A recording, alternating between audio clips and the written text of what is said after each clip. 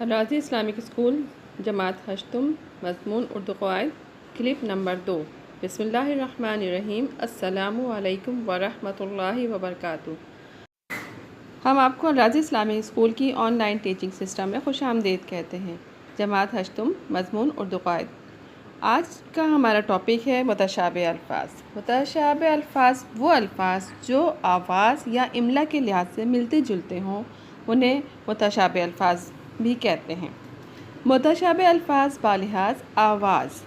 असर असर असर असर जो है वो से आ रहा है। असर मौसर होने की कैफियत या नतीजा।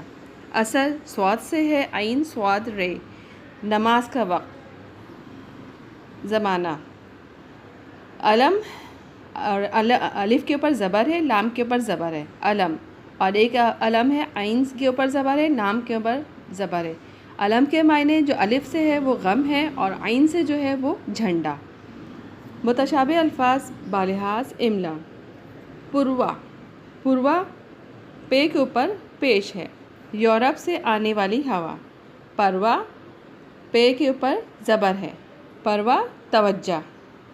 आलिम लाम के नीचे ज़ेर है।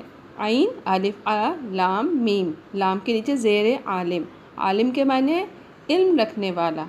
आलम लाम के ऊपर ज़बर है। आलम आलम दुनिया।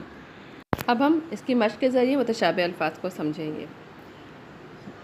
मैंने बिजली का बिल डैश कर दिया, मुझे उसकी डैश पसंद नहीं आई। दोनों जुमलों में अदा ही लिखेंगे, लेकिन मैंने बिजली का बिल अदा कर दिया यानी पे कर दिया।